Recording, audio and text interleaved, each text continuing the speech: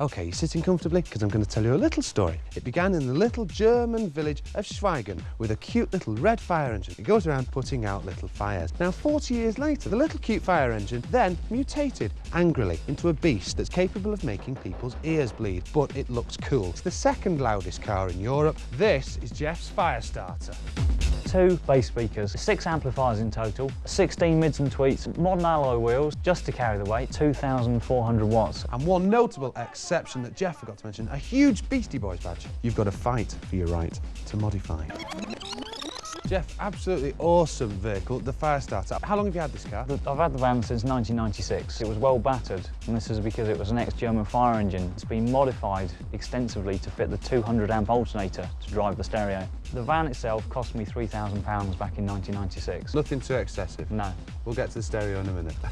I entered the DB Drag Series. Its record for the year has been 157.5 dB, which has actually been the 3rd loudest vehicle in the DB Drag competition. You really wouldn't want to be inside when it was hitting that sort of level. It is painful. That's the very one good reason that I'm not going inside it. Have you got mid-range, mid and top, so that you can listen to, you know, classical FM? I've got some mids and tweeters on the far wall. It does have a peak frequency, which is what I play for competition, but it will play music. Here we are with the pièce de résistance. That's French. I don't know what the German is for piece of resistance, but if I did, I'd tell you. Talk me through it. You've got 2 major bass speakers there, yeah? They're 2 really quite strange-looking 15-inch speakers, and they're in a even more unusual horn enclosure. Did you make the horn, or did someone give you the horn?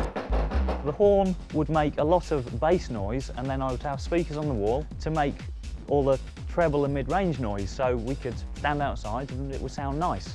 The van itself comes from a village in Germany called Schweigen, and it just so happens Schweigen, translated into English, means silence. Can you hear that? That's the sound of something going. All 4 of those amplifiers drive the 2 bass speakers. The alternator, obviously, is uprated. It's a 200 amp alternator now. The standard dynamo is 30 amps. That's not enough to charge anything. How long, for example, could you run the sound system for without flattening the battery? At Bug Jam this year, I ran the sound system running the engine at idle for 3 hours. That's a rave. A lot of modified cars aren't that practical in terms of, you know, the lowrider. This could be used for the school run. I mean, it's a very practical car, yeah? Supermarket, use it for the shopping? Probably not. What about the school run?